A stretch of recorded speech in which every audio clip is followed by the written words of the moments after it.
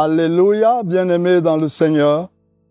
Voici que nous avons marché à la lumière de notre Dieu pendant plus de 365 jours en nous appuyant sur Ésaïe 40, verset 31.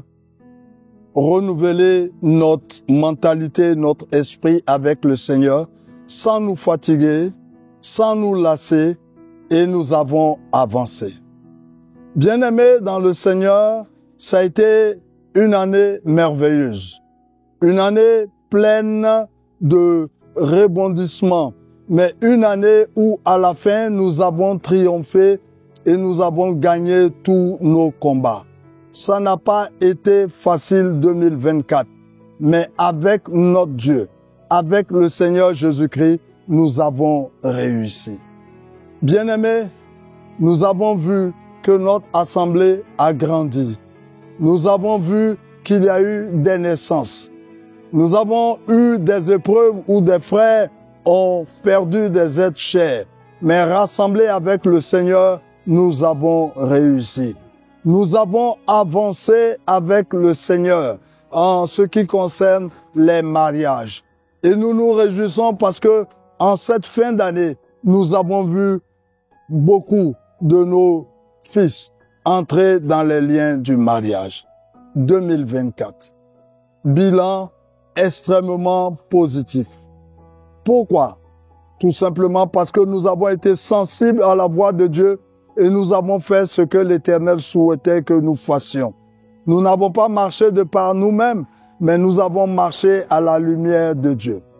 Je voudrais à ce moment-là féliciter le bureau des femmes. Oh, les femmes, combien elles ont été engagées, résolues avec les 4 retraites des femmes. Chère maman, vous avez été le fer de lance de l'évangélisation. Que Dieu se souvienne encore de vous dans cette marche de 2025. Nous avons eu aussi les jeunesses. Une jeunesse engagée, résolue, une jeunesse travailleuse où nous avons vu les meilleurs résultats scolaires et nous sommes dans la joie. Nous voulons bénir le nom de Dieu parce que vous avez marché comme le jeune Samuel en étant attentif. Je voudrais m'arrêter quelques minutes et regarder tout droit dans les yeux des papas, le bureau des papas. Vous avez été là, ça a été difficile, mais nous avons réussi. Au temps où je me lance dans ce bilan, je me rends compte que nous avons, pour une fois, depuis près de 32 ans, réussi à mettre en place l'assurance vie. Et cela a été une bonne chose. Nous devons travailler de mieux en mieux et faire en sorte que lorsque nous sommes confrontés à la mort et nous sommes restés toujours debout, que les frères qui ont été assurés puissent avoir la contrepartie financière. Bien-aimés dans le Seigneur, beaucoup de choses ont été faites. Je voudrais, au stade de ce propos, m'arrêter et dire merci au conseil d'administration qui, pendant ces 12 mois, ont eu sans relâche les réunions du mardi. Et ça n'a pas été facile, mais bravo au conseil qui a fait corps avec la présidente pour avancer. Ça n'a pas été facile pour les diacres, les diaconesses, disons pour le diaconat, parce que maintenant, ils apprennent de plus en plus. Que dire des anciens? Travaillons encore. Dieu verra que nous avons réussi. Bien-aimés dans le Seigneur, toutes ces structures-là ont travaillé, ont fait avancer l'œuvre. Et je veux me réjouir à ce stade que Canaan Sud soit à son point d'achèvement, qu'on voit effectivement tout le travail accompli. Aujourd'hui, Canaan Sud s'élève majestueusement et c'est l'œuvre de nos offrandes, de nos dîmes. Que Dieu vous bénisse et je voudrais vous acclamer pour ce travail merveilleux. Marchons et nous avons marché dans la sanctification. Quelles que soient les difficultés que nous avons eues, nous avons gagné. Mais c'est l'Éternel qui a triomphé et nous sommes plus que vainqueurs. Maintenant, nous sommes en 2025. Que ferons-nous de cette année? Cette année est due année de gloire. Je prie que la gloire de Dieu soit déversée en abondance sur nos vies.